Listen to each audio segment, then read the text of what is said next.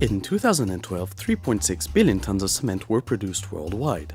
That amount is more than all the food produced for human consumption that same year.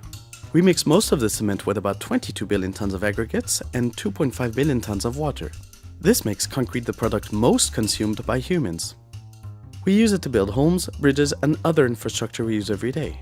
The reasons concrete is so popular is because it is cheap, made of widely available materials, and easy to use.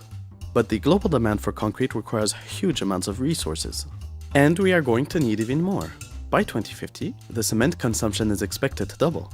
Look at how China alone is already consuming more cement than the whole world in 1990, and how India's cement production has doubled over the past 10 years. It will be a real challenge to meet the projected demand. Compared to many other materials, producing cement is very ecological. But with several billion tons produced each year, the cement industry is a major contributor to global CO2 emissions. Where does it come from exactly? To manufacture cement, limestone and clay are heated together in a large kiln at about 1450 degrees Celsius. This produces an intermediate material called clinker, which is rapidly cooled, mixed together with gypsum, and ground to make cement. 40% of CO2 emissions come from burning the fuels needed for the kiln.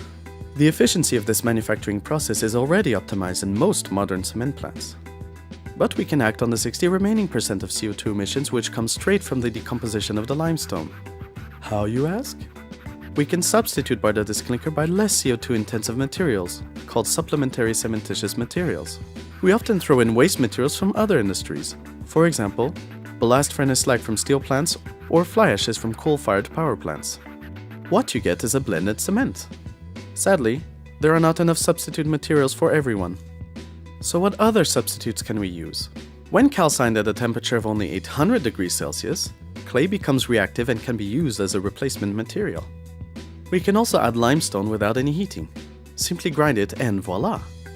We know how to use them separately, but if we add both of them to clinker, there is a synergy between the components, and you get a perfectly good cement even with high additions.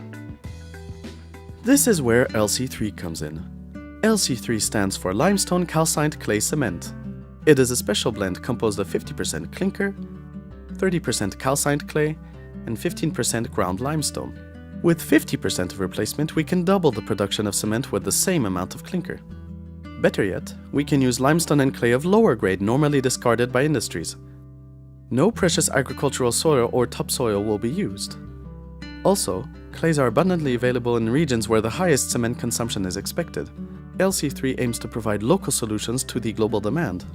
This new material is very attractive. Is it? Sure. It is low carbon. Up to 50% of the clinker can be substituted. The limestone doesn't need to be heated and the clay is activated at low temperature. It is low cost. Cheap, low-grade materials can be used. Limestone and clay are widely available from existing quarries and easily extracted, within the first 5 meters of the Earth's crust. It is low capital. Increasing production with LC3 requires less investment than adding a new production line. Simply adapt an existing kiln or buy a cheap one for the clay. And the best part is, LC3 is easy to use. You can replace a normal cement bag by a LC3 bag. You get the same handling, same procedure. Before LC3 can be mass-produced, it needs to be certified according to industry standards. This is why LC3 has become a large-scale project.